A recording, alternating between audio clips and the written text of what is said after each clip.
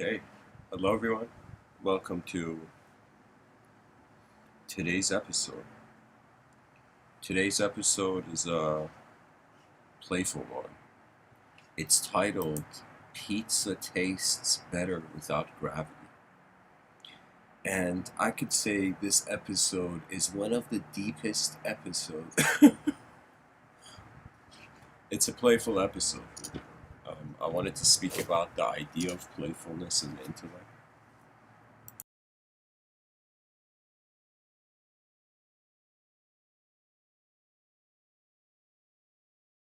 And of course, to unravel the mystery that why would pizza taste better without gravity? I'll be honest. I'm speaking from personal experience. From personal experience, I will tell you I noticed something strange. I noticed that all these years I have been eating pizza. And the way the pizza is designed, I mean, especially if you're a fast eater, you know, I realized that it's as if the bread makes contact with the person's, uh, like when you eat the food, your taste buds hit the bread first. So if you eat quick, let's say with a, if you chew little, it's as if like you're just tasting bread and eating the whole pizza, you know, based on based on how much you chew. But I wondered if there was no gravity, people could flip the pizza upside down and then eat it that way. And when they would eat it that way, they would taste everything on top of the pizza, you know? So believe it or not, we should be eating pizzas upside down. Either we should be eating them on the ceiling or we should, we need gravity, you know? To properly taste that pizza in the first bite, you know?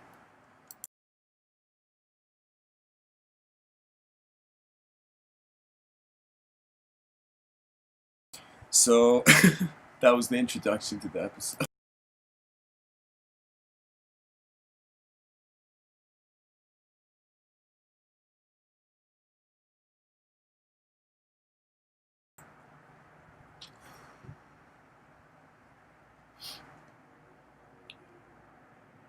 I would say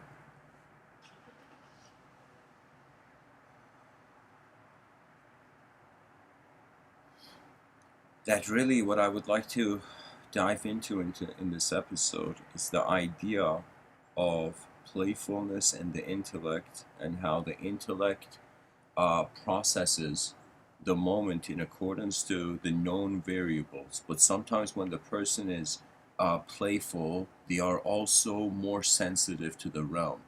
What does that mean? It's kind of like when they say a person's having fun, time flies. It's not that time flies, it's that the fun and the activity is a moment of concentration. And so there is a difference. I mean, some schools of thought definitely see a difference between concentration and meditation. You know, you can say concentration is you're focusing on a single point in the outer realms. You can say meditation is when you're realizing everything, your inner realms is the central point of the outer realms, when you realize your whole moment, really.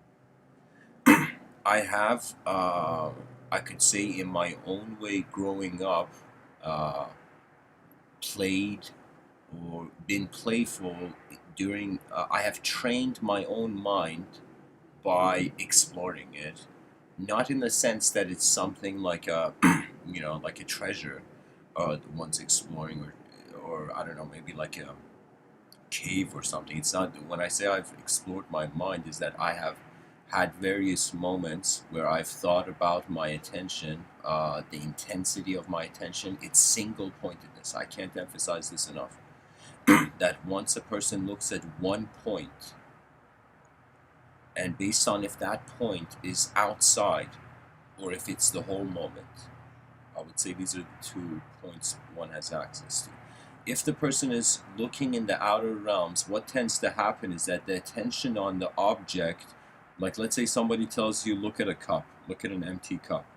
And you look at this empty cup, and as you keep looking, what you're going to notice is that in your inner realms there keeps coming idea. That means if you look at something long enough, it's as if the mind is throwing different uh, photographs at the object. What that means is I could look at this object and instantly this cup in front of me and wonder, okay, what's in it? Tea.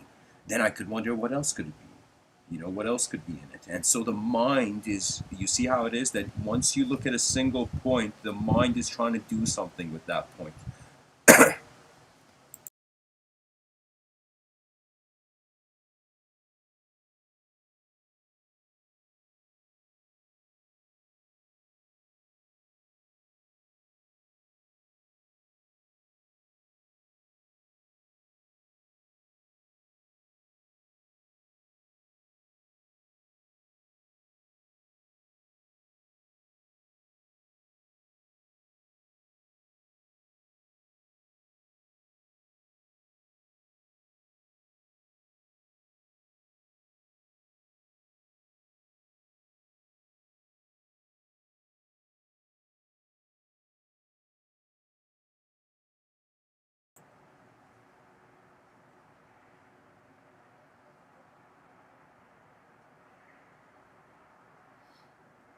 And guys, I'm going to also keep commenting on the title as I say the talk.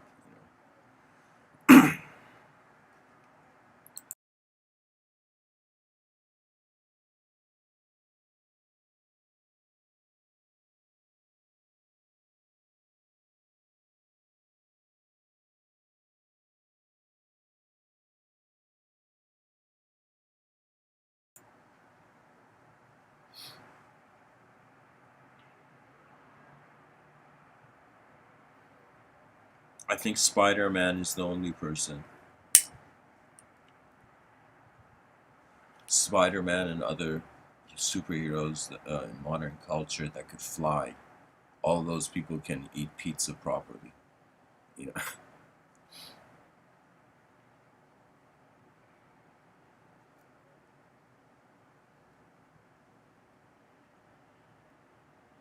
because you see, a person can be eating a pizza, for example, and chewing it fast, in the sense that they don't get to actually taste the meal they eat. So imagine you go to a restaurant and you've ordered a very important meal, the meal of your lifetime, you know. And so you've ordered this meal, and while the meal is about to be prepared, you're sitting in the restaurant, the person suddenly gets out of the restaurant, or the meal comes and they eat the food too quick without actually noticing its quality. I think that we are creating such an obsession in modern culture for success that it's causing this sort of, you know, pizza, forgetting the pizza, taste of pizza effect, you know, in the sense that it's as if like the person feels they are alive, but when they really sit down and rationalize what are they alive for, or what is that influence, of course it starts with concentric circles where in some sense you begin with first looking at yourself, first keeping yourself as a player, then the player needs to notice the game, then the player needs to play in the game. Now some players keep playing in the game, some players eventually realize, oh, there's other fields, there's other games to play in this realm. So you can say mysticism is when the games of the body have been satisfied, and then the person is now ready to experience their presence. That means once you don't fear personhood or its absence, then it becomes very easy to be present unconditionally. Because what is keeping the attention in a conditional way? That means if you were to have a single pointed concentration on any object, you require to hold your body in a certain way. I would say the same way you see, for example, in movies, you see snipers exhale and then take the shot.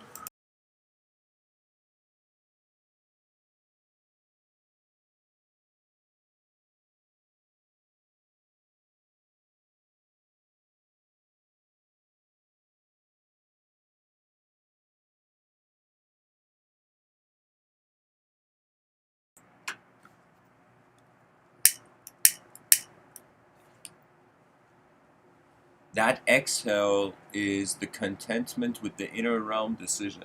It is also a release.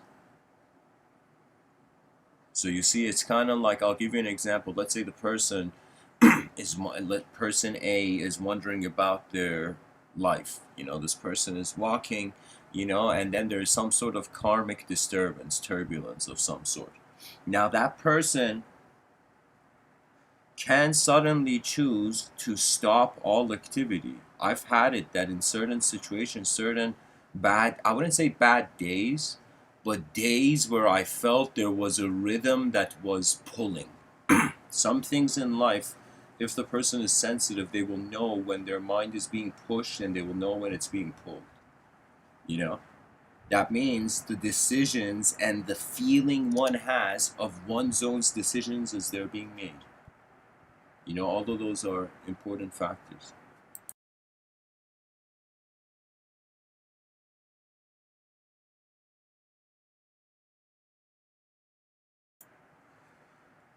I would say one secret I in some sense feel I have unraveled out of all the different things I've perceived in this life. One ultimate thing I can tell you, that to be playful with language leads towards a psychological freedom. But if you are serious with language, you suddenly turn your world into a statue and you suffer. A statue suffers. Why? Because it is static and the rest of the world is moving. That means that's what belief systems do. They, in some sense, make a person into a statue. So really, if we can, in many circles of academics and just pretty much how we perceive knowledge as a species, begin with a situation where nobody knows, I would say. Not that nobody knows, but that there is a lot of knowledge out here, but there is no specific knower of knowledge. That means knowledge is only called knowledge because it has a utility for a human mind. You know, Imagine in the future extraterrestrials make contact with Earth, and it's a happy alien contact. And then the extraterrestrials, they have scientists too, and we begin suddenly seeing, let's say, human scientists and these alien scientists, begin talking to one another, and suddenly we see they have a totally different science. All the things that we have held as constants to make our physics work, they've seen it from a different dimension or parallel, you know sideline or something.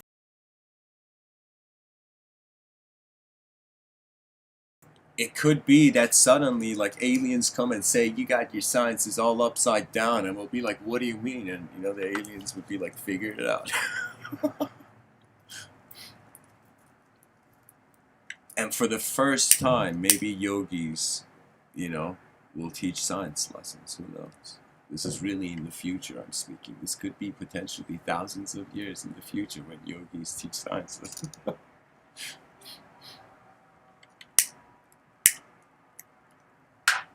Also, I would say playfulness is what you find the less ideological the person is. Have you heard that term? They say, I don't know who said it. I think somebody said it, or maybe I saw it in a movie. They said, like, smart people can't have fun. I remember hearing that, you know? And I was like, so I'm in the clear now, Jeff.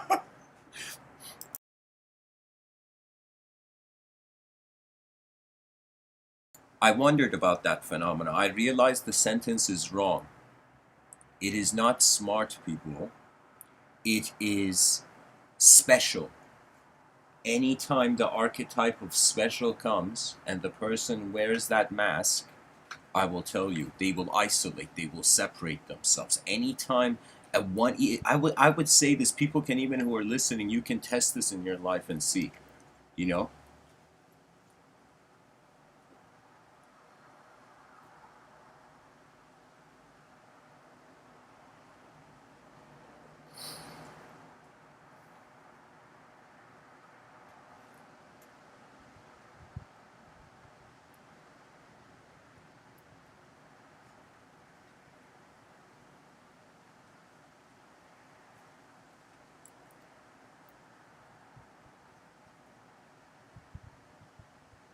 sometimes shaking a system reveals things about it, you know.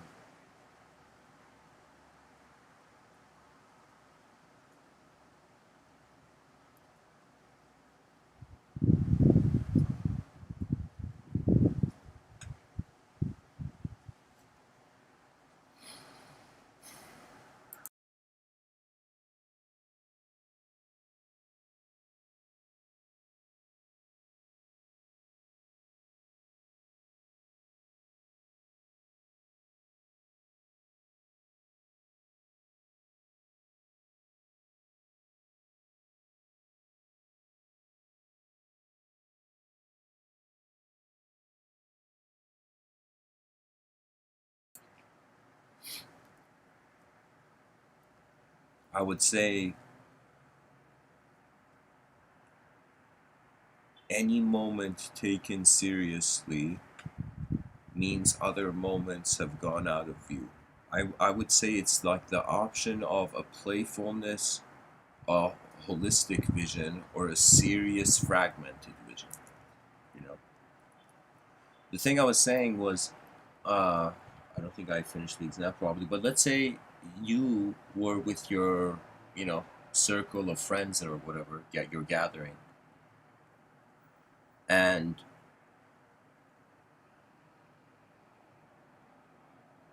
I'll give you an example. It could be any system. It could be a bunch of violinists, okay?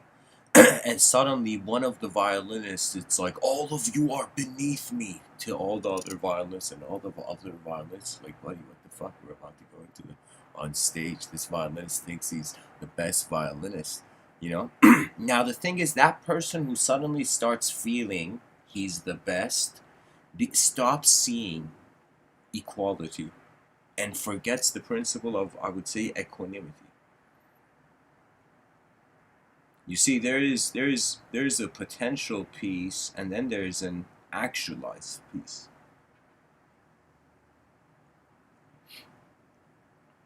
I'm saying pretty much that anything taken seriously begins getting a life of its own. An example would be a child holding a teddy bear, a young child, and that child plays with the teddy bear. Suddenly, the teddy bear becomes the child's best friend.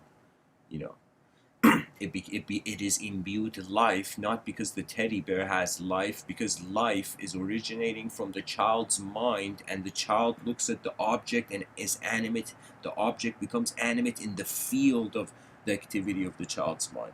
So what that means is we should treat it that we are, it's like a chemical reaction. It's like outer realm plus inner realm. You got a self running in a world for eons, you know.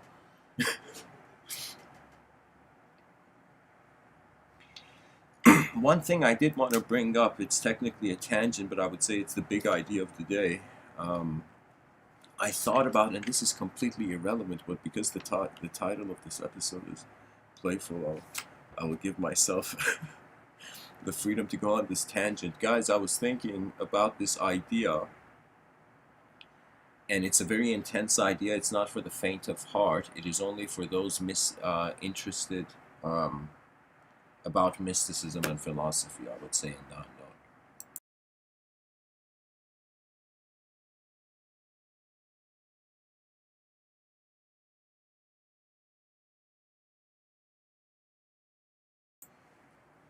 I thought about the human condition, and I felt that, okay, we're here on this rock.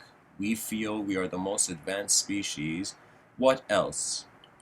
And for a moment, I suddenly, guys, I don't know how my mind did it, but I saw parallels to to human life, and parallels to, this may sound strange, but a pet owner.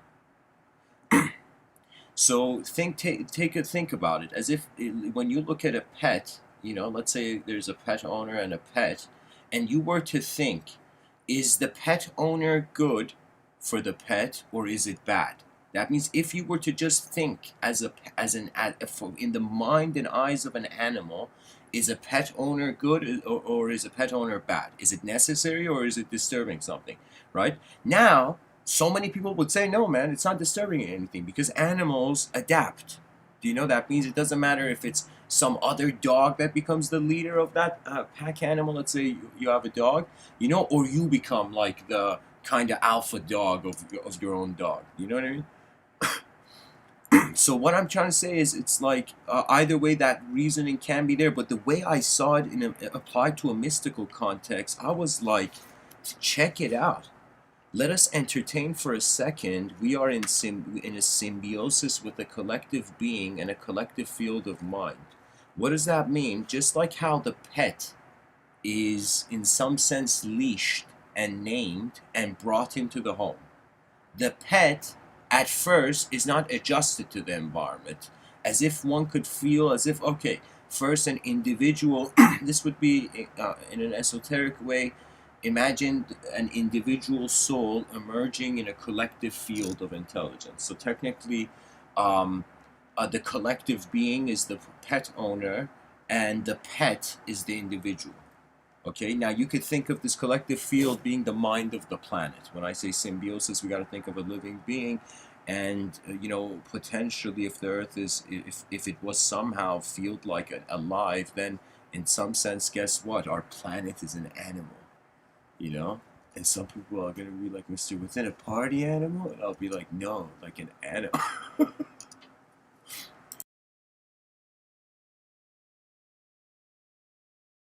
What I mean is that it can be seen to be animate. And that's really what distinguishes animates from mineral kingdom, the animal kingdom from the mineral kingdom. So what I was thinking was that, okay, so let's say individual consciousness is under the administration of collective consciousness, whatever that would mean. Okay? It would mean the collective view, it would technically mean the the iceberg is in the mind of the ocean. Okay, so if the iceberg is in the mind of the ocean, okay, it technically means the pet's purpose of living is the pet owner. So that means if that, let's say you had a let's say you had a wolf as a pet. I don't know. Let's say you were one of those people who like those wolf lamps a bit too much, you know, and you had a wolf as a pet, you know. And so you had this wolf as a pet, okay. Then after a while, you saw that the nature of this animal, it's not meant to be in a house. It is not meant to be passive. Do you know? That means even though I'm standing here being, you know, we are all civil human beings, do you know? But I feel that what was the point of all that savage evolution, though? And for me, of course, I concluded that in the future, that savage evolutionary memory that's left dormant is going to be released, but not in the outer realms, in cyberspace. You know, on Earth, in the outer realms, it is not okay to be a violent animal, but in cyberspace, there's technically no consequences. That means, let's say there was somebody who wanted to be violent, okay? This person, all they had to do was give them a virtual reality goggle, right? And, okay, I'll give you an example. You say a person, let's say somebody is a violent person, okay? This violent person, let's say they do something violent, and you're like, hey, why did you do this violent thing? And they're like, I couldn't, man, it's my nature. What do you want me to do? It's like I was beaten as a kid or something, you know? You know? And suddenly you see it's as if that person feels that the way they have lived in life, they can't change. You know, it's as if that's its nature. Their violence is, there's a natural reason behind. But I will tell you, imagine that person was born, but they were put on virtual reality goggles and they couldn't know. And imagine that moment in the simulation where the person was violent, where the person had, let's say, ruined their life. Suddenly, they would be like, okay, you get out of your simulation. You know, imagine like cats, like there's 9 cyberspace lives, you know, that human beings live. That means imagine in the future cyberspace getting so advanced, literally we become 9 life species. But 8 of those lives are in cyberspace, so that would mean like till the age of, let's say, 20, the person is actually in 8 cyberspace, you know, 8 cyberspace simulations. That means the person is 20 years old, but the cyberspace is allowing their brain, let's say I'll give you an example. Imagine somebody came to, let's say in the future, people have an opportunity to go enter a pod. Let's say you're someone who you don't have a life purpose, right? Or you don't like the era in history you're born. So what do? You go into some pod, and what happens is this pod, let's say, has some sort of protein fluid in it. And so the pod is keeping your body alive and somehow active, in some sort of, I don't know, maybe it could be even in some water or something. But I'm saying, imagine there's that, and so in 20 years, you experience 80 years of cyberspace time. So that would mean, like, the person who has experienced, let's say, potentially 800 years of life, do you know? Based on if they mess up or not in the cyberspace simulations, 800 years of life, and then if they fail, let's say 900 years of life. Let's say if, like a cat, when the ninth last cyberspace simulation is broken, that next life, or I would say no. There would be 8, and then the ninth would be the last, and the ninth is in reality. So if you messed up in 8 lifetimes, you would wake up, and it had only been 20 years from the moment you were in since. So it would be the mystery, and this would be a very complex thing for it to implement into the cultural program, because you know how we are so easily, a person goes in an elevator, presses a button, goes to another floor. It's as if, imagine in the future, the minds of the type of human beings that would be alive would have an ability to do that with worlds. So just like how casually a person presses an elevator and their location changes, you can say in the future it's going to be as casual as that. The person's going to click something, and that's going to change. Their mind's going to change. I feel we're going to be so multidimensional in the future. Everything physical that we're doing now is going to become mythology. But it's going to become mythology for a dreamer that is no longer trying to awaken in form.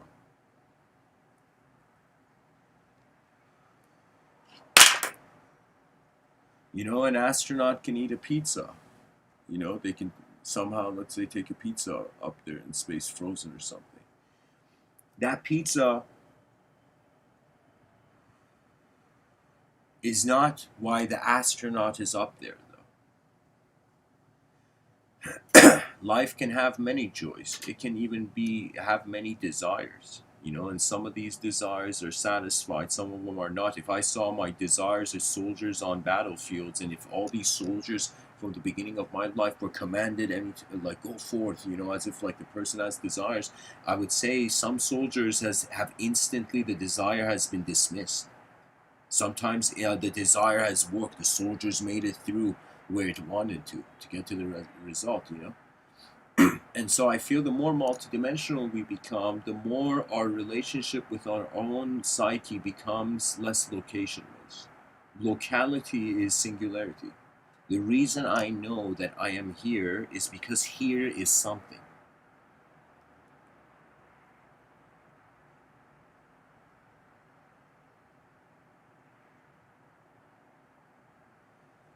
Sometimes the person may be gifted with the force of listening.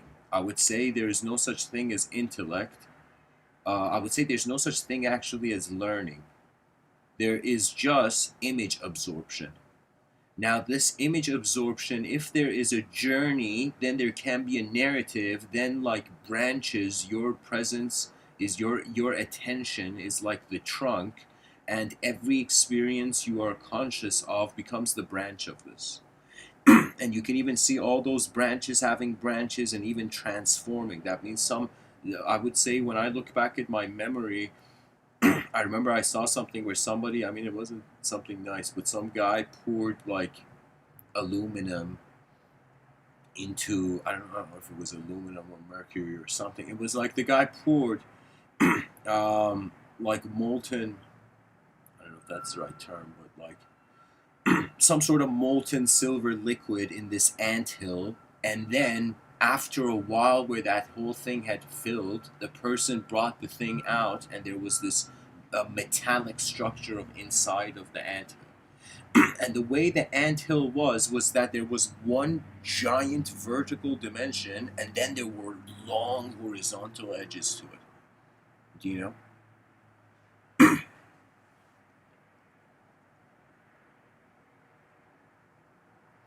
I would say intellect is the short-term solution to the psyche. The long-term solution to the psyche will realize that all activities of the intellect inevitably reach the void. So it has to conclude that life requires dimensions that are rare. You see, even if people had no story to tell about life, there was this show called Vikings. I don't know, I just saw a YouTube series, like YouTube compilation of it on, somebody put videos of it on YouTube. And I just saw this one scene where there was this guy in this carriage. I think he was the main character. Like he was in this carriage and he's talking to the seer or something. And the guy says something there, something very profound. And he says, man created gods to give him answers that he couldn't give himself. And that was such a heavy line. I'm like, okay, writers are, there's hope in entertainment for deep concepts,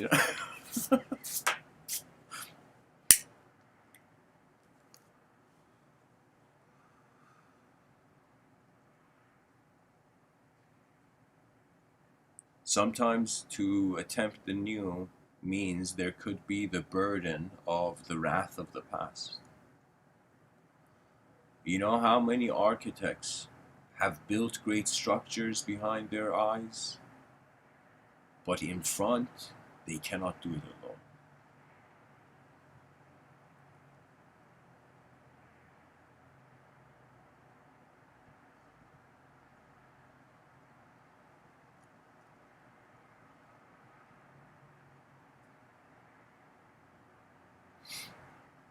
Just like a pet, the pet opens its eyes in a world, okay?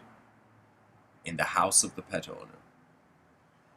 The pet eventually is communicated to, and the intelligence of the house and the pet owner are as its life. Technically, the pet owner, the source of food for the pet, is like the pet's god.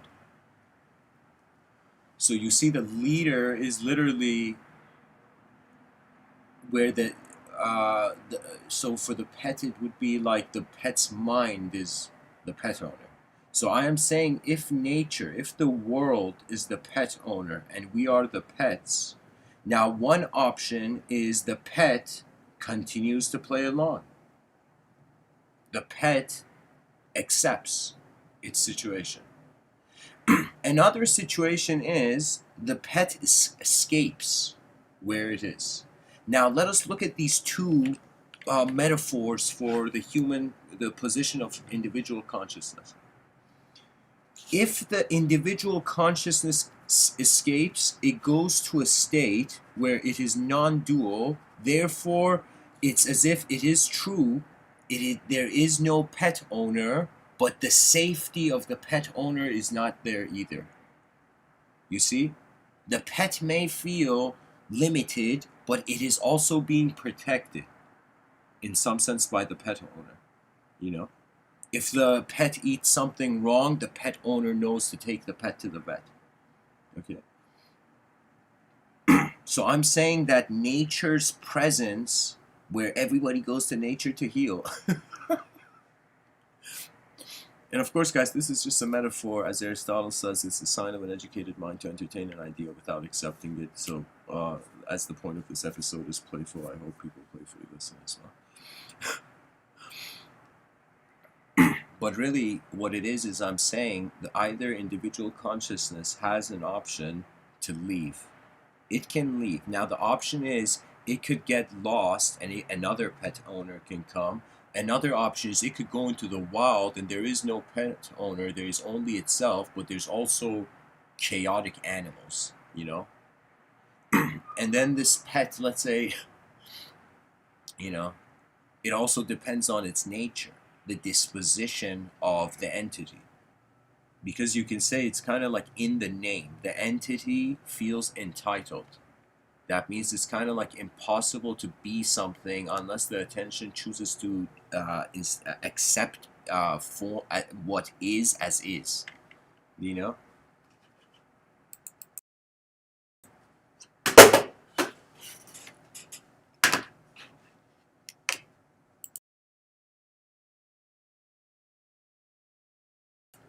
Now let us say we are an audience of the void, wondering about this wolf that this pet owner has, and it should this wolf stay with the pet owner? Let's say dog is better.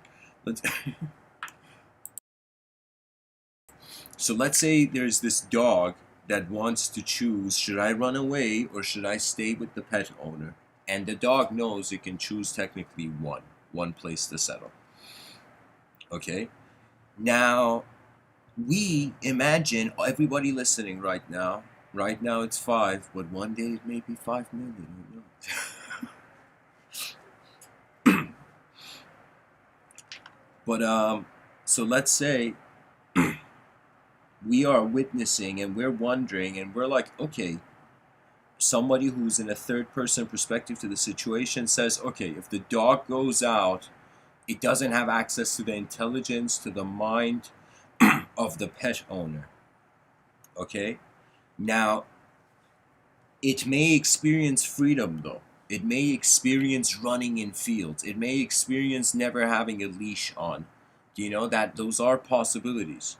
That means the more greater the freedom is, you can say that's why there is a danger to losing it. The greater the danger becomes. You know, it's like anytime a person experiences victory, I think this is where some generals had reached the conclusion of why it's important to witness the balance between earth and heaven. Balance of earth and heaven would be, I would say, the presence of the inner realms and the outer realms. This is the biggest thing in life. I would say there is a language that I'm speaking right now, which is, you know, with sounds and vocal and kind of with design, but there is another language. And I'm telling you, there's so many people, probably a lot of people who have kind of naturally gone towards the silence, where they know this language is not technically a language, it's moving with the moment. You get to see behind the scenes uh, of everything that is seen, SEEN. So this pet can leave.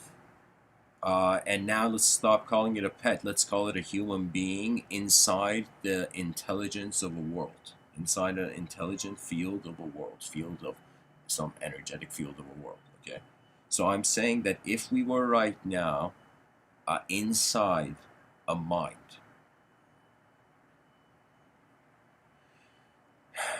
what can a thought do? It either serves when the light is on it, or it is dismissed. That means, isn't it fascinating? We can say, like, when I think about it, you know, like, that's the clue. Thought is the biggest clue to the beginning of the universe.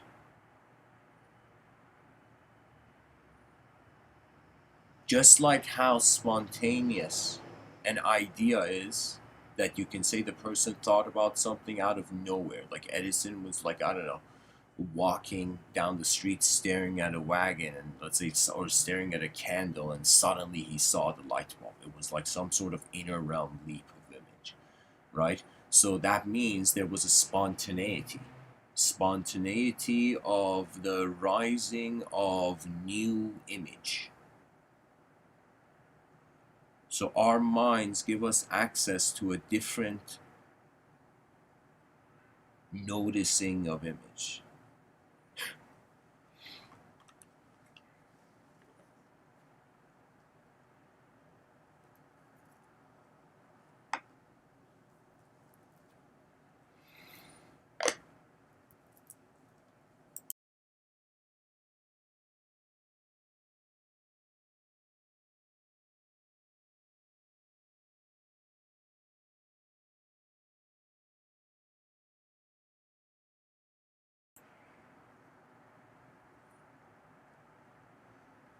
Should a human being submit to the intelligence, to the collective intelligence of nature, or attempt immortal freedom? Individual, yeah, that would be immortal. A freedom of the immortal.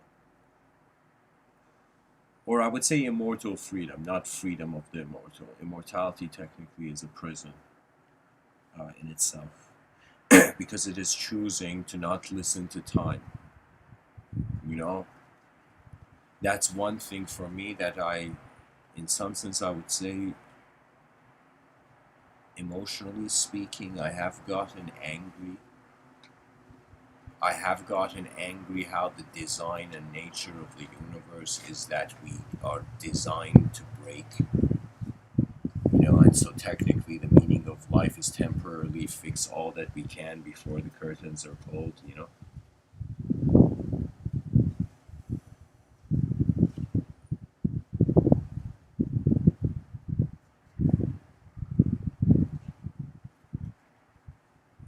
It is like time.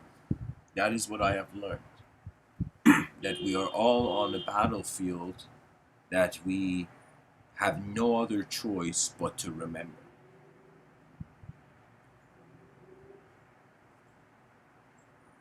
We can treat space as mind. Because if you ask the person, what is your mind? It is a space of attention.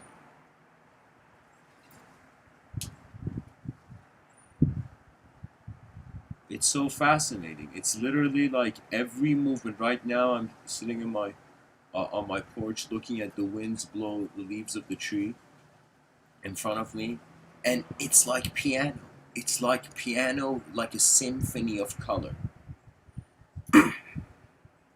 a symphony of form design. That means if we treated the geometry of the realm, the the color of the realm, if we treated our sensory perception, it's like there's diamonds in front of us, but we don't notice it.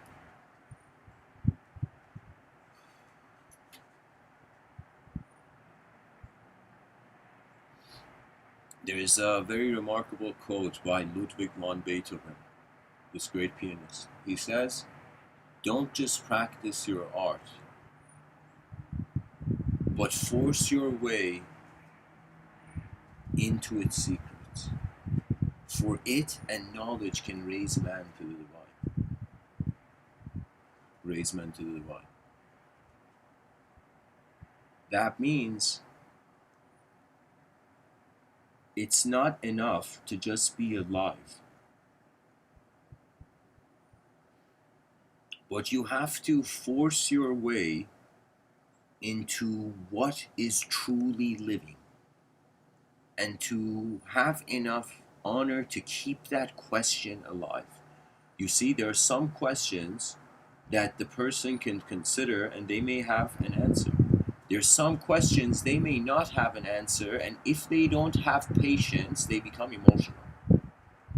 You can say emotions are the biggest sign of impatience. It is literally the inner realms are starting to control the outer realms.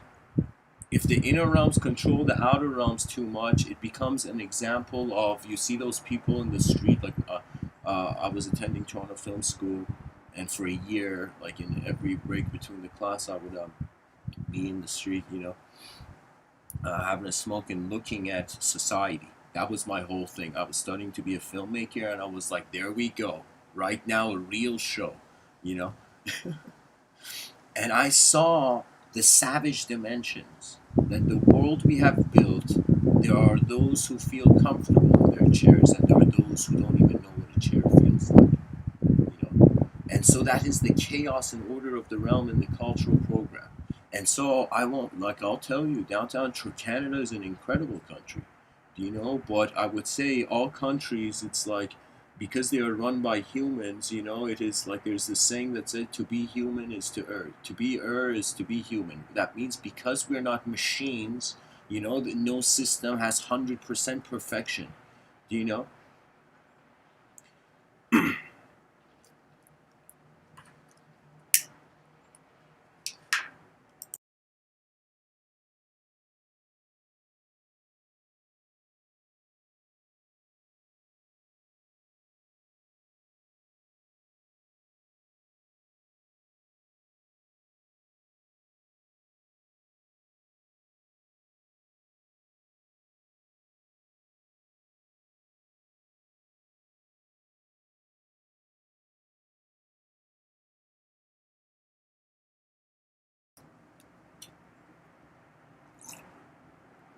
Pretty much, guys, I saw a person shout at a building.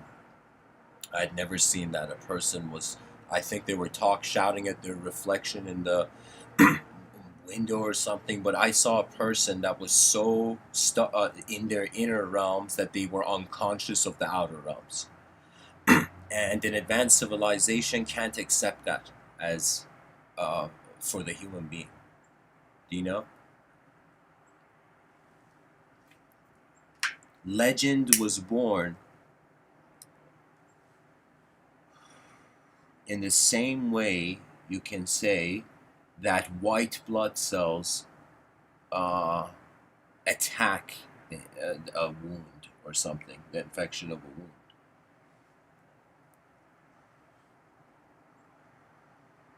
It's literally a response to the climate of the mind.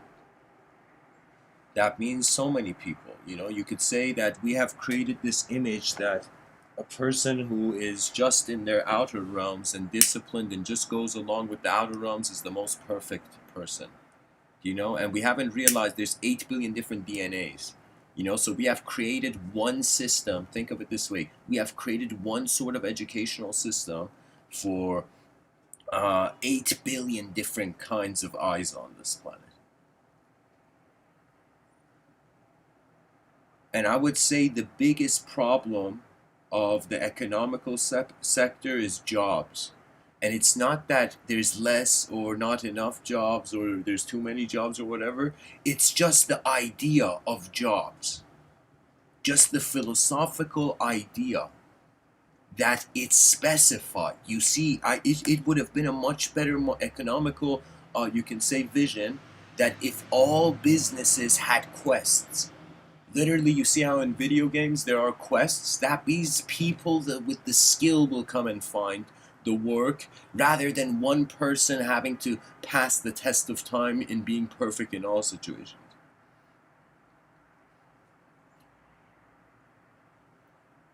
You see, right now, if they did a survey, what do you think the answers would be why most people go to school? Do people go to school to actually know, or do they go to school to get armed for the economical sector?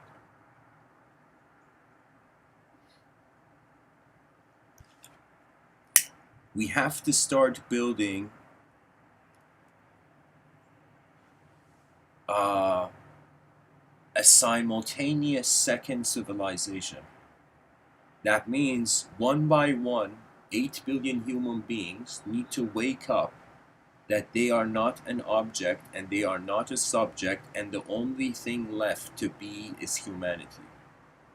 You see, we had a few stories of bad kings and tyrants, and the story of Babylon, you know, the Tower of Babylon, where human beings united under one language decided to create a tower that reached the level of the gods, and the gods saw this and were like, no way, Jose, you know, and suddenly there was, instead of lightning strikes, man couldn't speak the same language. And so that one universal language that was uniting all human beings to access the greatest of all dimensions, collectively. You see, there's one thing of walking into a portal alone.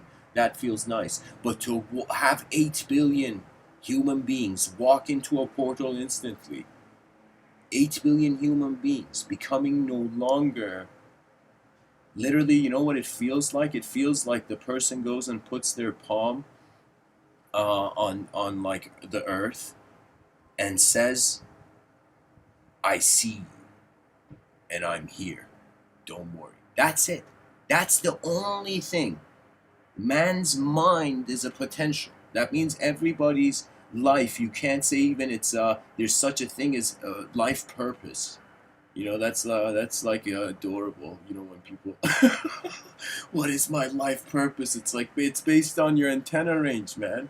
You know, what is the purpose of a phone call when you when you're in like the parking lot and there's no signal? It's like no purpose. I can't see any purpose. But you suddenly go into a different view of life, you know, and suddenly you can see endless kinds of purposes. You know, I could look at this object in front of me. I could see a purpose to it based on the past. I could see a purpose to it based on what it's going to be in the future.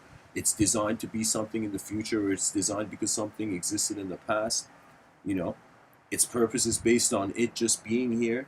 That means we could literally whack-a-mole everything with purpose. And Mr. Within is saying, time to realize that we have been whack-a-moling two specific moles that are important. The object relationship of attention, unknown attention with known moment, and the subject relationship.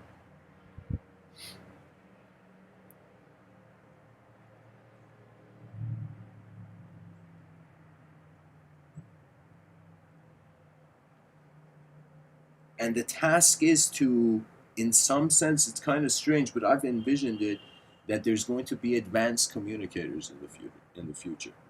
And advanced communicators, they're going to be the most ultimate public servant known to humanity. They would be, in some sense, those human beings that suddenly notice where language is creating suffering and where what is actually happening is creating suffering.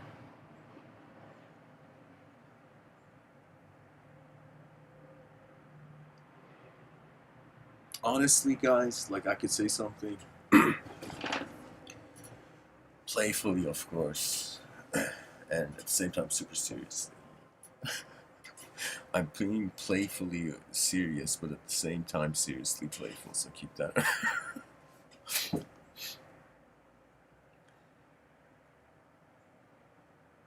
Every day of my life, there has been one question, one ultimate question, I would say, that is the most ultimate inspiration. Why this question? I would say this is the mystery of experience. There's so many ways we can move as an object, and technically there's so many ways we can be as a subject. There's moments where I'll tell you guys, like, I sometimes sit, close my eyes, in my inner realms, I start playing with geometry.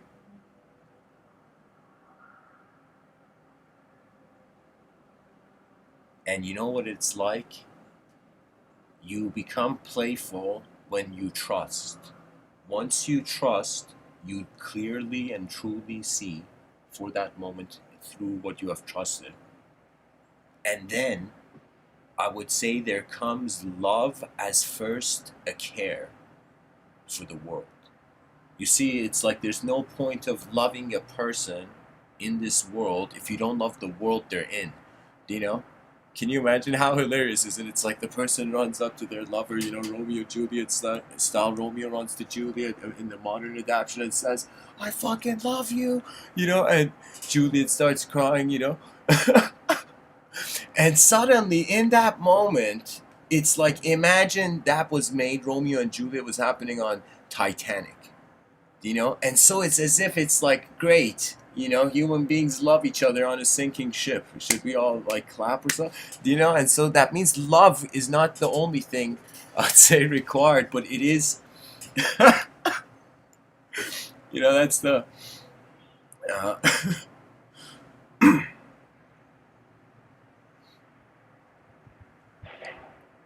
it's like a bunch of stuff, people were moving stuff, you know, around, and they saw this yogi, like, imagine meditating, you know. And they're like, "Hey, yogi, come and help us move this," you know.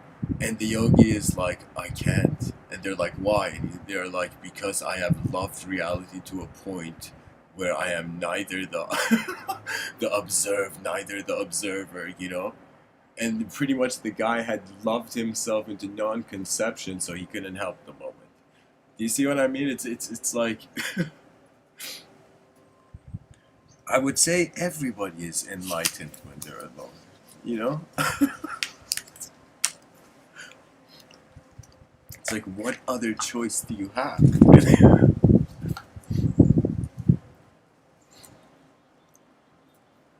But guys, I don't want to leave the pet owner idea just there. I just want to say that pretty much if we are in a symbiosis with the collective being, if we are inside some sort of hive mind that we haven't noticed yet, then the pet has to listen, you know, to the pet owner, the guy in mind, or in some sense, the whole relationship is abandoned. That means the person is nothing. You know, you could pretty much be a chess player without having made the first chess move. You know what that means? That means you can only do this when you're the secondary pieces. So what does that mean? That means the first person who makes the chess move, the other person gets to see what their mind is. You know, both being in the offense has advantages, and being defensive has its advantage. You can say.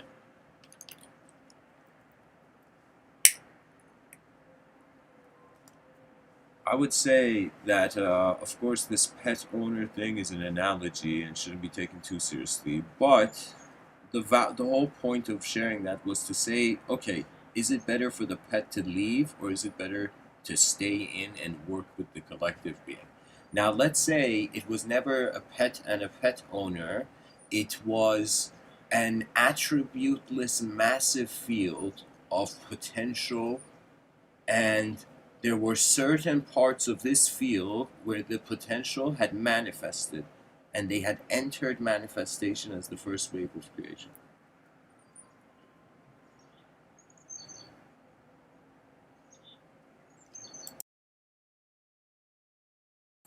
I feel civilization has no choice. You know, I mean, we can choose to see the whole universe as empty. It's super easy, you know? But to see it full, and to see it full in the right way is the task, is the challenge, you know? So I would say it's as if the person looks at the guy in mind, sees the planet, and sees, okay, planet, you're doing your thing, you know? And then the person looks at themselves, and they see that whatever they do, it is in the mind of nature. To befriend this mind is a blessing. And what that means is only when you want nothing, everything wants you. Why? Because for the first time in a system where every attention chases, the attention that doesn't chase is already free. You see, that means when all the sheep are walking to the slaughterhouse, and one sheep stops, that stop is freedom.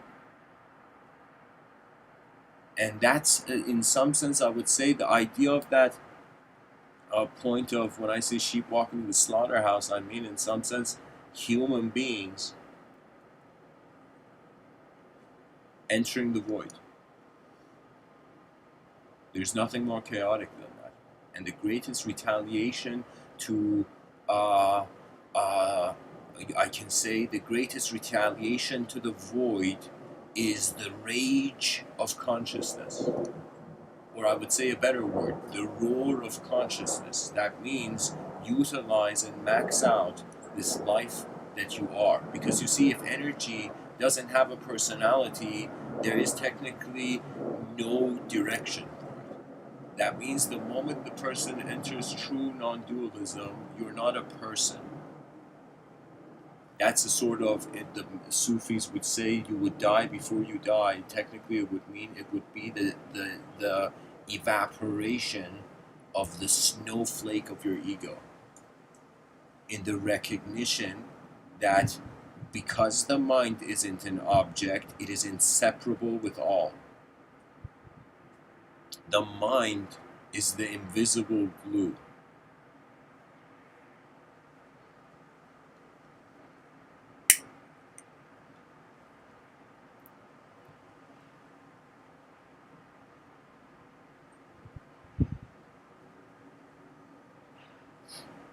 You know, and some people may be like, Mr.Within, is that Goku eating like raw meat?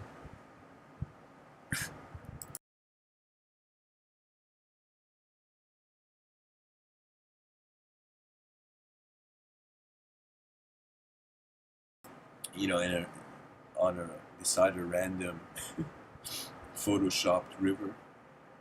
And I would say, yeah, and I have no idea why I chose this wallpaper. It just felt right.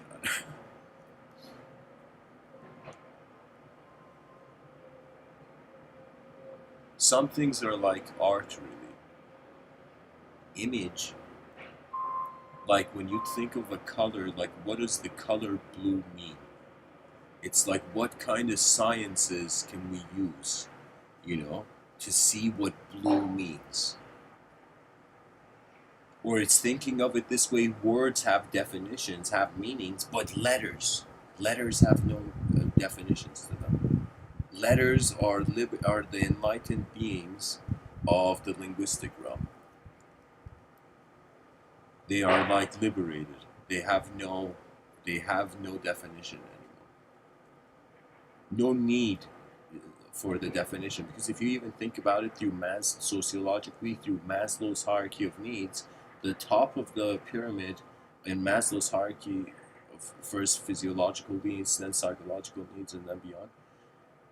So these needs are reaching self-actualization. Self-actualization would technically mean you're done with needing this world for yourself. And when you're done with that, the great work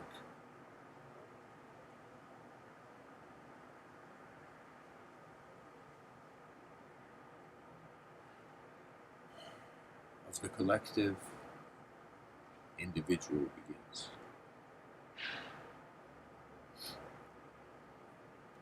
That is the greatest game I find we can play on this rock. We can either ignore the potential of a collectivity of intelligence. We can either treat space as empty or full. It's a coin flip.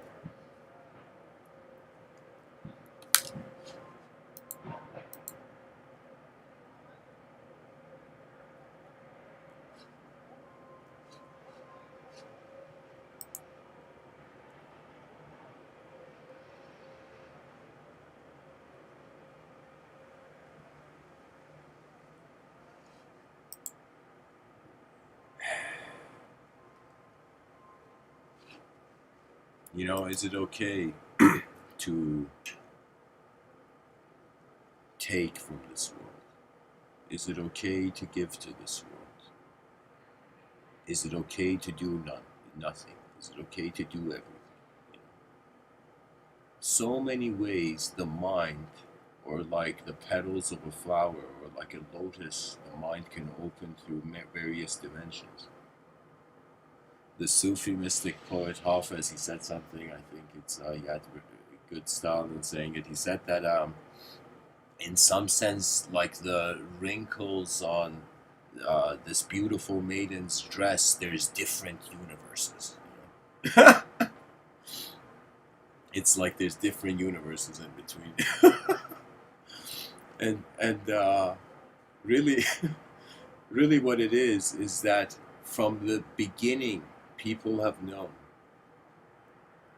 that it can't just be people, because that will be the declaration of the ultimate loneliness. That would be giving too soon on the minds that we cannot see.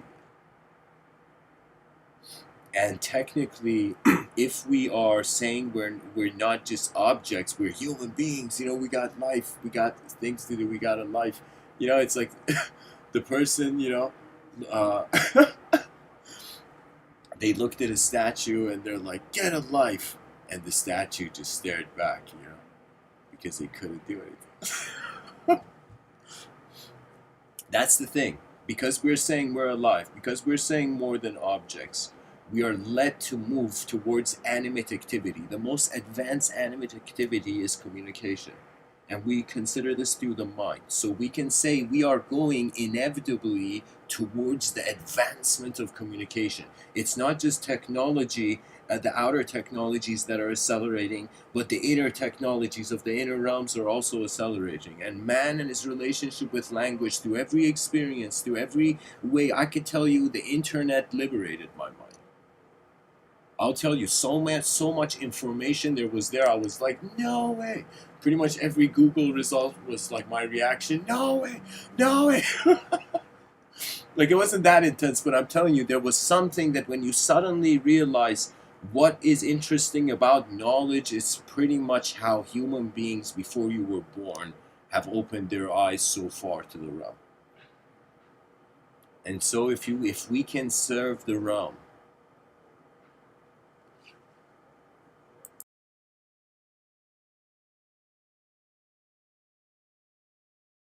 where in every film where there has been a just king or a noble knight, that was the archetype, that was the ideal, that the person was strong enough to maintain their inner realm, then now serve the outer realms. Because what else really, like I feel I'm overemphasizing, of course. There's something that a painter may, keep hitting the same brush stroke until he gets it right.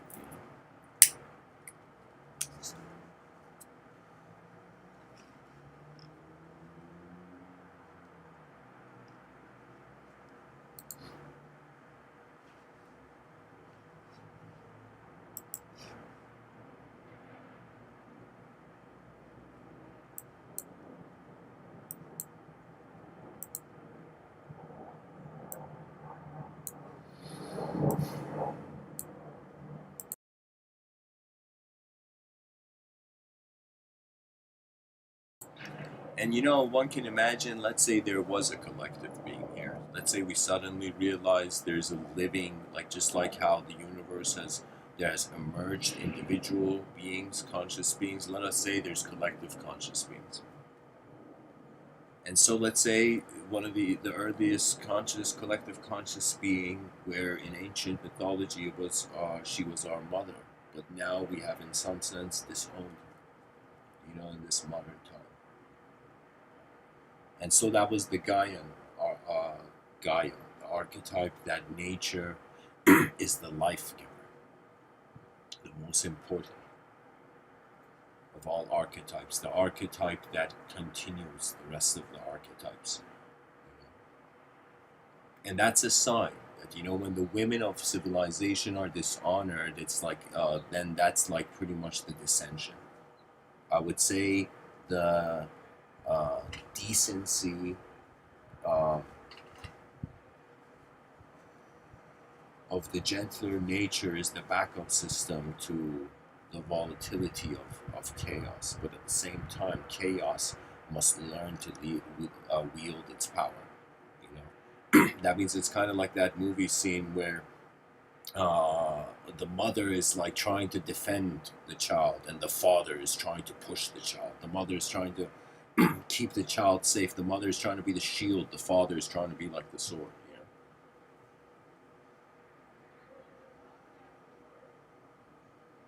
I'll tell you a story. There was this kid.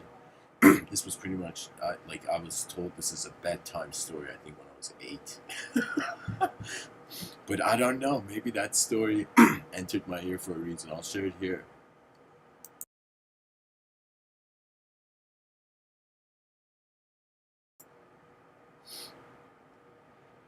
I think it was in this Farsi language book. I was young. I think maybe that's where the story is. But anyways, pretty much the idea was that there was this kid, this fat kid, just eating all day, and the father comes and sees this, and it's like, what is this? And he looks at the mother, and the mother's like, my son, keep eating, keep being, comfort, keep staying in your comfort. And so the father's like, this is ridiculous, kid. You can't just sit here and eat. It makes no sense. Like, how are you even doing this? How can you eat this much? The father's even shocked of like the logistics of like. But anyways, the father, he looks at his son, his fat kid, and he's like, listen, kid, you got to start working, And so every day when I come home, you're gonna show me the coins you made. It was back in the day, guys, pretty much village level, Village, like, fireplace was like, there was no such thing as a fireplace. Like, no, I mean, maybe there was fireplace. But I'm just saying, pretty much it was like back in the day, okay? So this kid, right, to a point where there is no bills yet, okay, only coins, you know. There we go.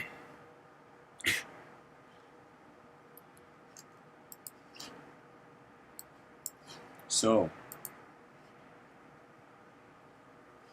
what happens is that the father leaves. Now the mother sees this kid, you know, this kid, you know, is like, the mother feels sorry for the kid. And so what the mother does is gives the kid coins so the father doesn't shout at the kid.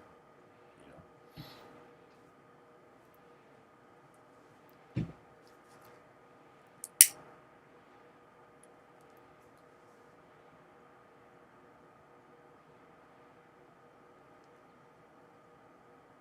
The father comes home, the kid gives the 3 coins the mother gave to the father. The father just sees the kid's face and they're like, this kid hasn't moved. This kid's face doesn't look like he's even moved his chair, you know? Like, you know, so the father throws the coins into the fireplace and the kid just stares. And of course they're coins, so nothing happens to them. But he throws the coins into the fireplace. And so the kid suddenly it just stares at the fireplace, and the father's like, "Oh my god, this kid doesn't even have a reaction." Like, it's as if, like, you know, the what? It's like the kid was oblivious. Now the father suddenly, this happens a couple times, and the father's like, "This makes no sense," you know. And he sees the mother's involved, and he tells the mother, "You can't stop. You got to let this bird fly," you know. And so the mother stops helping the kid, and the kid is forced to go out, you know. And the kid goes out into the world, into the village, you know, and it's like, you know, this fat kid's, you know, walking around, you know. And so suddenly this kid is going somewhere, you know, walking by, and out of nowhere, a mystery of nature, you know, this man suddenly who's on this wall, this wall that's half made, he looks at this kid and he's like, "Hey kid, throw that brick up here." And the kid's like, "Okay," you know. The kid gets the brick and throws it up. The kid's about to leave. The guy's like, "No, kid, throw me the other brick." And the kid's just there, and the kid's like, "Okay." The kid starts throwing the bricks, and the whole day goes by, and this dude is literally building a house. You know, and this kid is just, he's gone with the moment, trusted the moment, you know. And so at the end of it, the kid's like, you know, the kid's just staring there, looking at this whole house they've built, this wall of, like, let's say, you know, half of a house they've built, you know.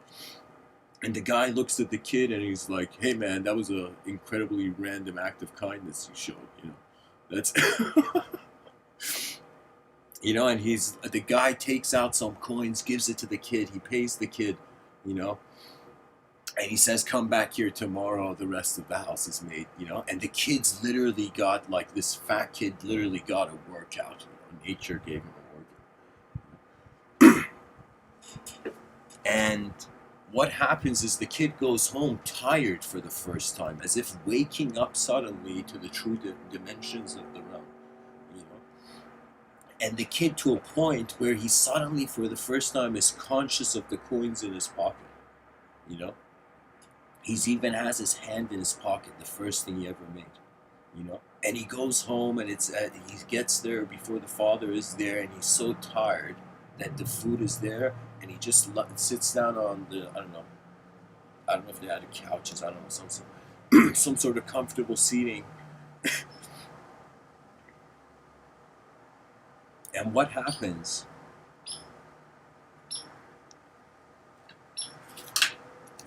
This bee is trying to get into my drink. Okay. My notebook saved the day, guys. Okay, so what happens is the kid's just tired, you know, sitting on this, you know, let's say couch or whatever. The father comes home. The father comes home and sees for the first time the food, the dinner. The kid hasn't ate the dinner.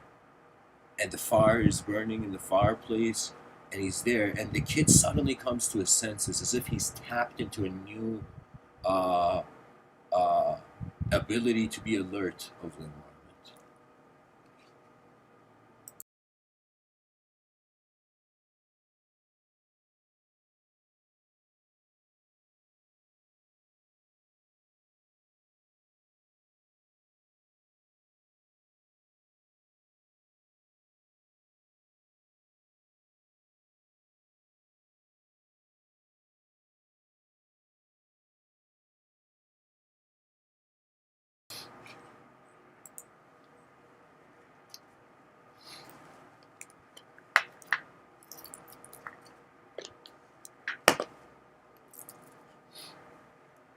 this kid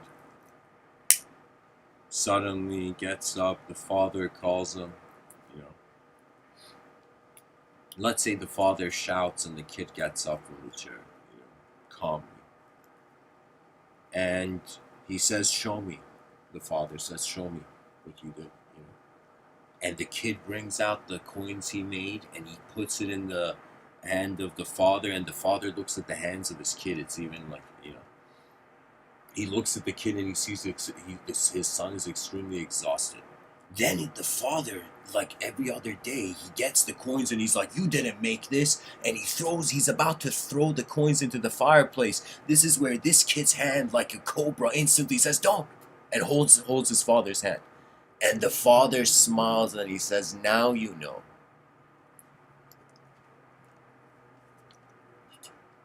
Why human beings are not alive but can be alive. We all want freedom. Why? Because at the end we want freedom to choose.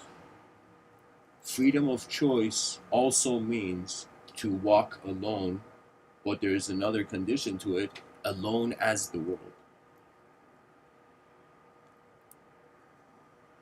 Kind of like there's this, from Christian wisdom, it comes to us to walk in the world but not of it.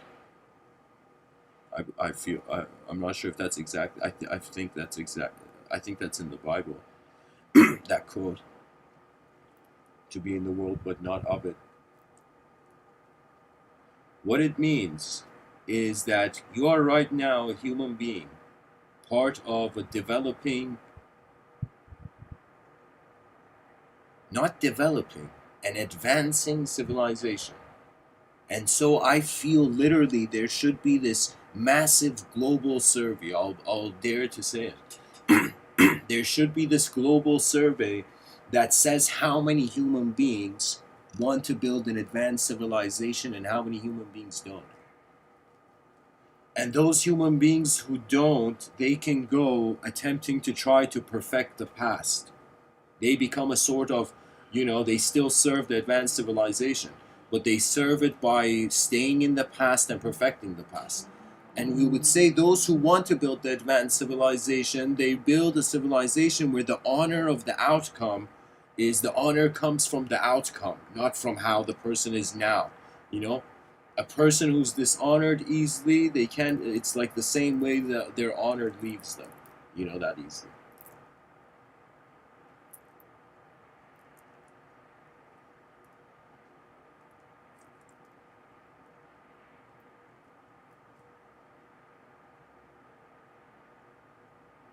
And it's strange because unless there is an something different, there would be no passion.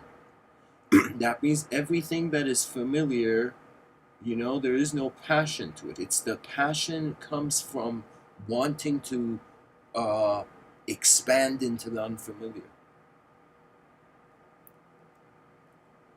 I'm telling you, Einstein, when he wrote those essays on general relativity and super relativity in the patent office, there was a passion of like, whoa, am I getting close? Am I getting close? Am I getting close to unlocking the problem? And suddenly there was something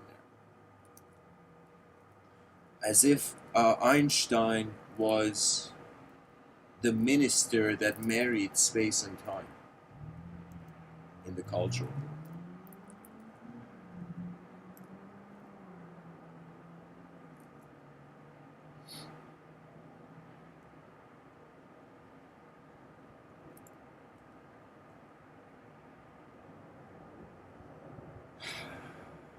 And you know, if it may even feel too soon for the idea of that survey, there should at least be like this overall analysis. People are living for their grandchildren, but they're not living for their great grandchildren. You know, it's as if like people love their kids but don't give a shit about their future generations. You know, I would say forget all the isms on the individual level. Forget all the personal discriminations between human beings and human beings. Think of the discrimination of human beings to history's potential. How many human beings It's literally like a war. In World War II, there was 85 million million people who died, around that number. 85 million. I think it was the sum of both wars. You know, 85 million people. Just think about it. 85 million people who their ancestors had lived on, had continued to live day after day, every day. That means imagine, like, all of us living right now in the future, suddenly, like, all the purpose of all the genetical continuity becomes void suddenly. So 85 million people means 85 potential minds literally vanished. It was literally, like, you could say it was like a sort of uh, um, mini extinction. There was something that I I I honestly, it kind of makes me a bit emotional, but it was there was a quote by Viktor Frankl, and he said even in suffering there is meaning. That means that's what meaning means. That even if you're in the most effed up suffering, there is meaning in that.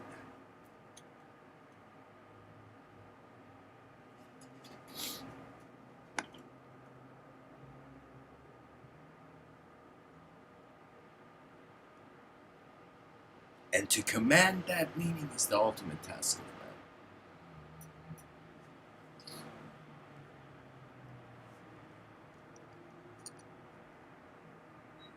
man. Imagine the person's like, I don't cry, just moisture comes out of my face. I don't know what crying is.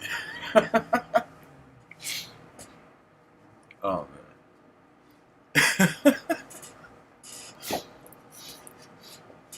The person never cries because the concept of crying doesn't exist.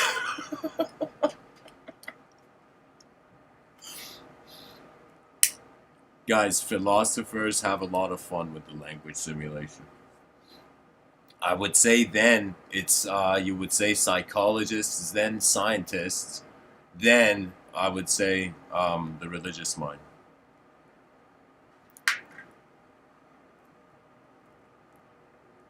and above all the mystic, of course. I think that's really the aim of these talks, to try to keep the unknown, which is the backup system to divinity. If the idea of unknown is taken, that means literally, even if there was an alien invasion, the aliens didn't have to do even much. That means that you could say it would be very stupid aliens to try to invade Earth when we are so easily manipulated by our own language of mind. That means when two people talk to one another, let's say they sound like when you see angry people at a bar fight or something. That's two human beings who instantly they just threw different sounds at each other, and suddenly the without knowing each other's inner realms, chaos ensued. So I would say it is so easy because it's like, here's the thing. Elon Musk has the I remember him saying in this one thing. I think it was Elon Musk, or maybe the idea. Elon Musk pointed to this, that it's like half the problem is asking the right question. And if you ask the wrong question, like, nobody has to worry. They don't have to, like, worry about your answers. you know. So what does that mean? That means where your attention goes is your freedom. So if the person doesn't pilot their attention, freedom for who? Freedom for what?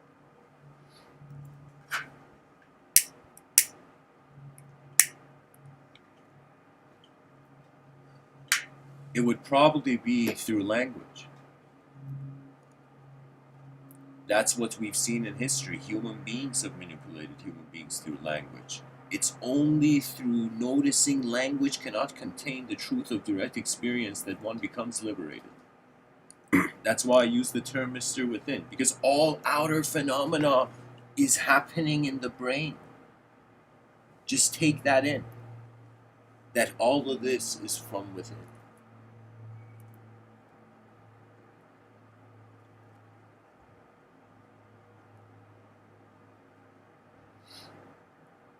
Pizza may taste better without gravity.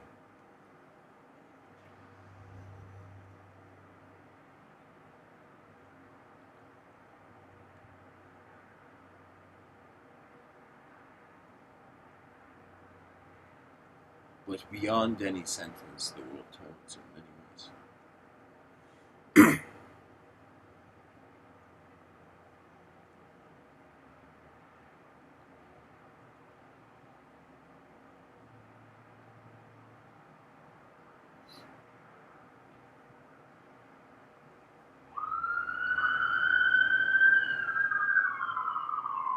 Let us say, excuse me, let us say there was a poet, and this poet one night found an audience with the Logos divine. And the person asked the Logos, why should I go forth?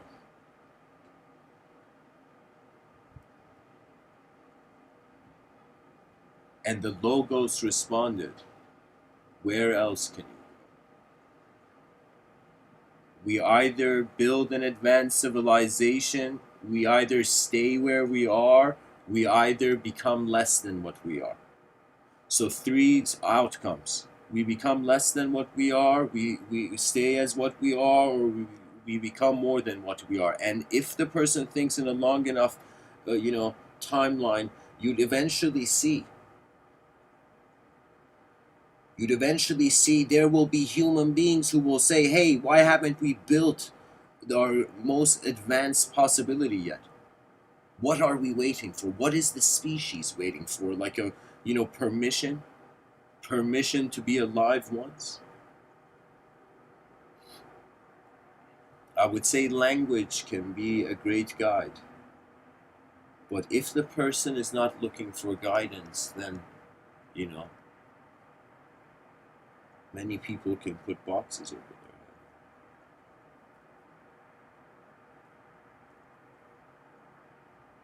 The mystery of attention remains.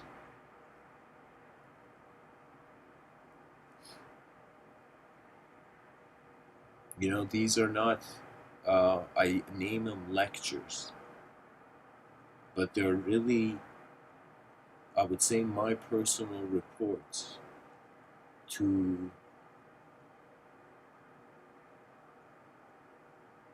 the hive mind tribe.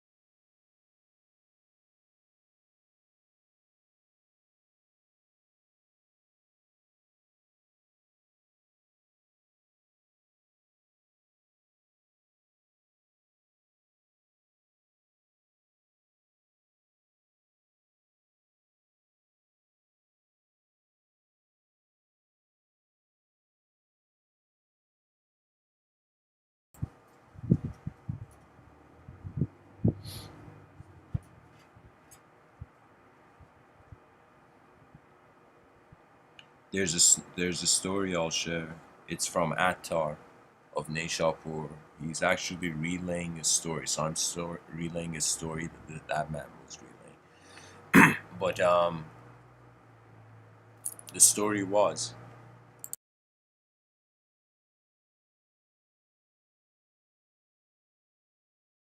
that there was this old grave digger, and this grave digger had for 40 years been a grave digger, you know. And so one day, this person who's there goes up to this gravedigger and says, hey man, you've been in this graveyard digging graves for 40 years. Like, what's the strangest, most shocking thing you've seen?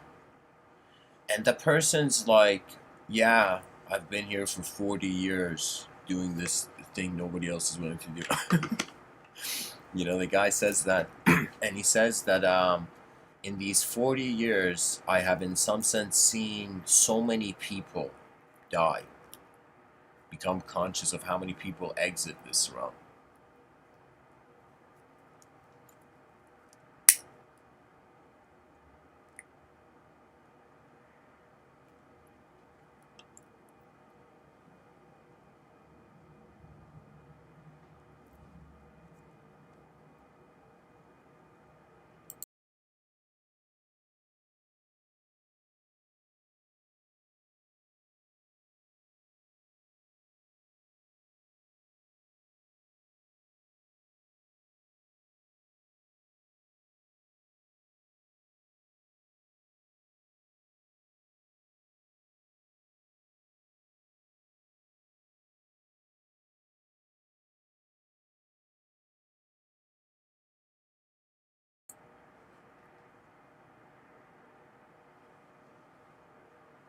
The gravedigger says pretty much, I have seen, what was it? He says, I've seen so many people come and go, but in this whole time, the most shocking thing is there is something in me that has never changed. I have seen everything in this world change, but the person in this moment, right now, this being that is here, the viewer, has never changed. And that was in some sense the point of the story, guys. That there's some unchanging dimension while all this change is going on. And there's a value in wondering about that.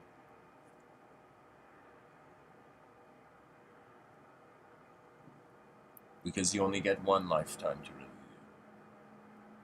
ask the big questions.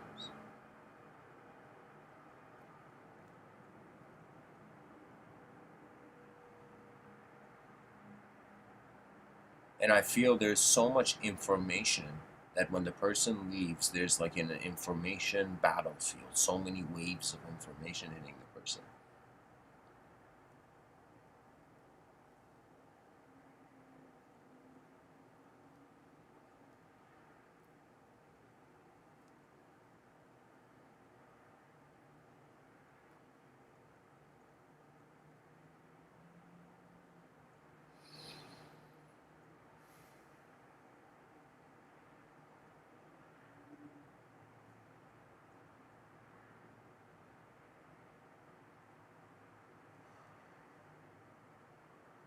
That one, like Buddha says, needs to learn to walk through the forest, not moving a single straw of grass.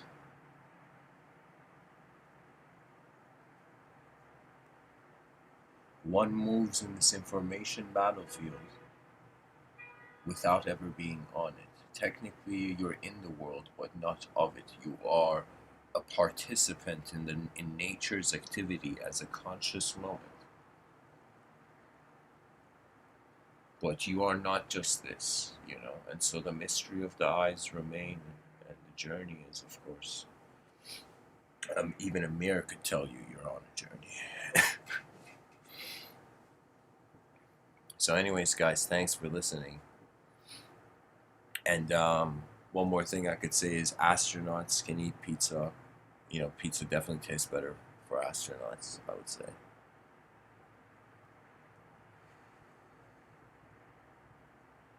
You can kind of put the pizza in your mouth and then turn it around. I mean, like, that's possible too, you know. You can just be quick enough to not have the thing fall, right? But I'm saying, like, anti-gravity makes everything better.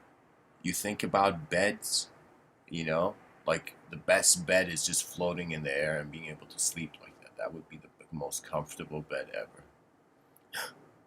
You think about pizza, that's a good example of why, you know, anti-gravity would be helpful, you know. Imagine there was a room. Imagine there was a room in your house. You know, at the end of the day, you could come in and you would jump, and mid-air in the air, you would just hover. You would jump into that room, and the moment you would just like do everything at you know, just try to get home, to just come into this anti-gravity room for a couple hours throughout the day. You know,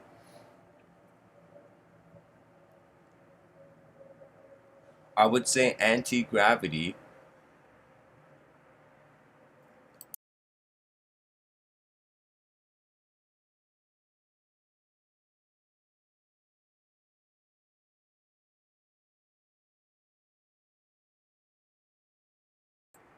would lead to the biggest cultural revolution. Anti-gravity technology.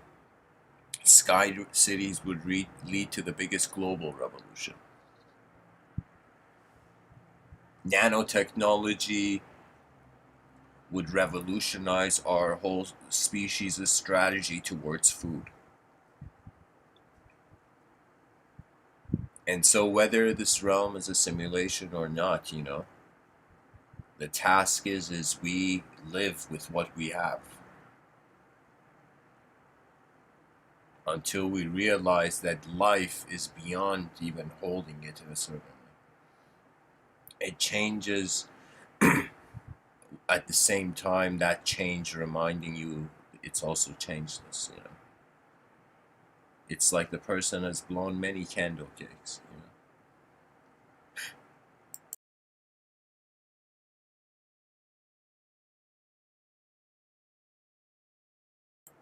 But many cakes shaped like a can.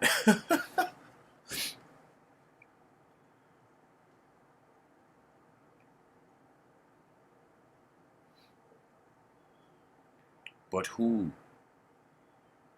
is moving the name that is you? This disciple went to this guru and said, "Show me God."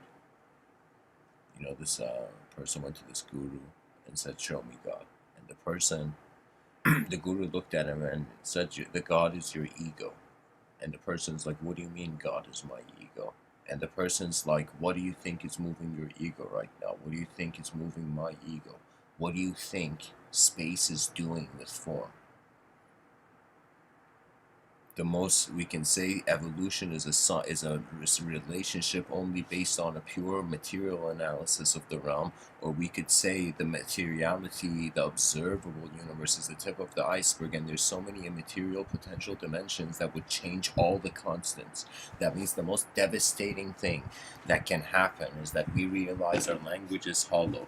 But let me tell you why it's going to seem devastating. It's going to seem devastating to the past because the past can't see the future.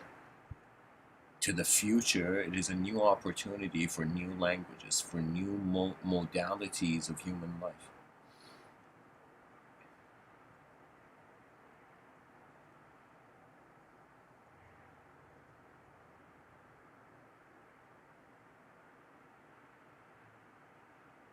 I would say we are all students of a changing world,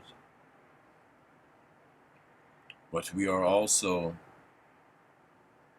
the commands, or we are also the eyes of commanders of the changeless.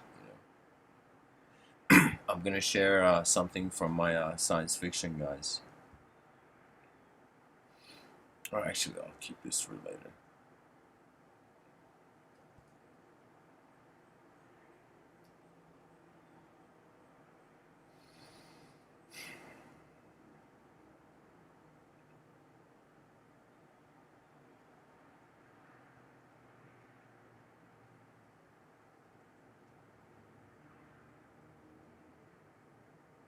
Anything one looks at, they will see in many ways. The mind, this may be a strange term to kind of create at the same time use, but is a multidimensionalizer.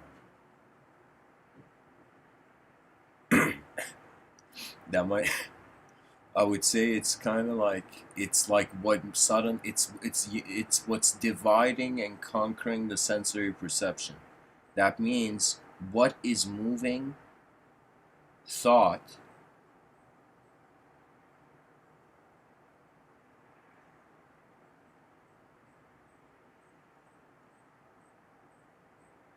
is like an invisible reference point. It's like the center.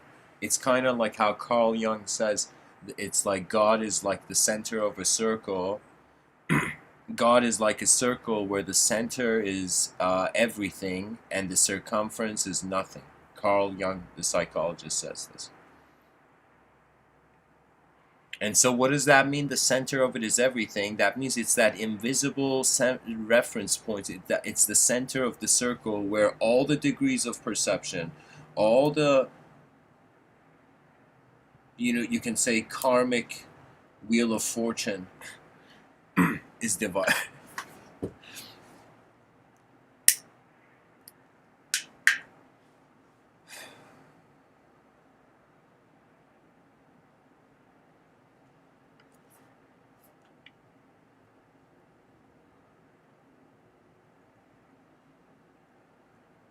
It is not. There was this kind of speech, this very kind of epic speech. I just don't remember the name of the president, but I saw this on a video on YouTube, and it was pretty cool. The speech was, it was like, don't ask what your country can do for you, but what you can do for your country. Now it's asked, like, don't ask what your life can do for you.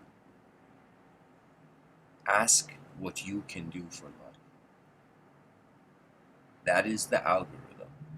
What you can do for the world would not only allow the pilot to elevate beyond karmic turbulence, it also, you begin cultivating honor, if I can say that. As you become conscious of your own activity, and in moments where there's the implementation of effort, of attention,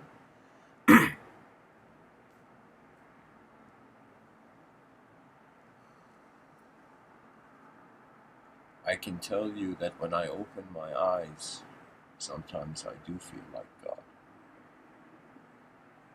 I feel like I have just created the world to myself. A sort of, emotional causal position. So much of this nature is moving in accordance to the environment. You could say there's two types of intelligence. There's the world's intelligence, and then there's man's intelligence. So now man, who used to be in an unconscious symbiosis with nature, with the ecosystem, we stepped out of the ecosystem. Now we are left to truly see what we are. I would say it's kind of strange. I would say it's like this fate of our evolutionary fate to separate from nature, to truly see what is different from us than nature. So you can say our whole species has been indirectly doing this project of separating from nature to be able to truly see what is here. What is here? Because if we were connected to nature, we couldn't discriminate. That means it's like the wrench in the person's hand. The person is holding a wrench in their hand, and they think the wrench is their hand suddenly. And it's like, if that was like us when we were unconscious as animals in in nature, in jungles or whatever. And so when the wrench was separated from the hand, that's when we separated from the ecosystem again and became individuals, right? So now as individuals, we are looking at the wrench and we're like, okay, it doesn't mean we can't use the wrench, we can use it. And that's the symbiosis with the collective, spirit of nature, I would say.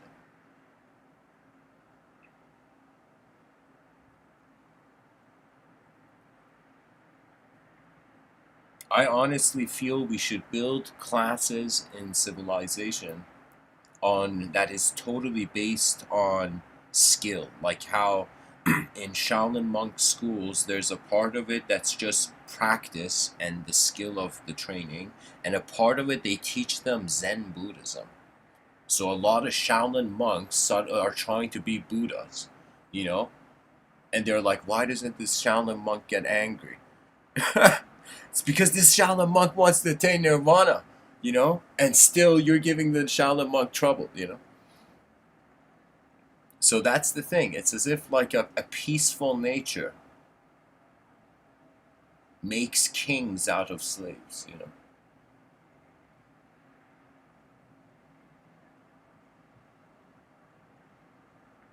But a vicious nature makes slaves out of kings. That means it's all about again, as Sun Tzu, this general in the art of war says, you got to also notice the balance of heaven and earth.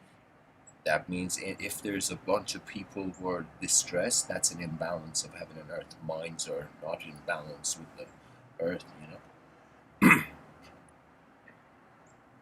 There's as if storms in Antarctica.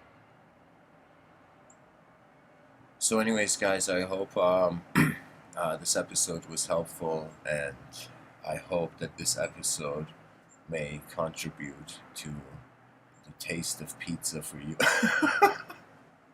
I think if people realize if they eat pizza somehow upside down, they will actually experience it much better. Pizza is designed to be eaten upside down. That's the whole point of this episode.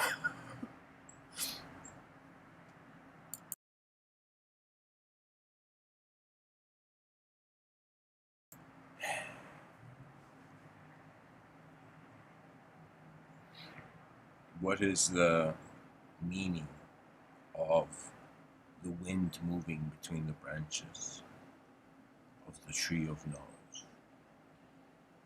The unknown is the only true teacher, the only true guru.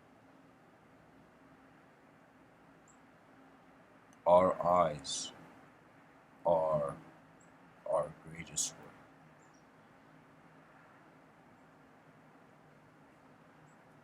It's as if, imagine suddenly human beings were told, you've all been given gifts from the gods, and everybody started looking around, where's this gift from the gods? And suddenly, we realized that all the gods told us suddenly, look in the mirror, and it was in that moment we realized we are the miracle of nature. We are the most furthest echo of this genetical intelligence source. We are literally atoms. Think about it. From a level of an atomic level, we have emerged. That means all of human psychology before the brain never existed. So that means from the meaningless form, we have come into meaningful form. And now, the meaning of the form is feeling hollow in modern society, so people are inevitably returning to the unknown. That's really the karma of the inefficiency of an insincere built and foundation placed civilization.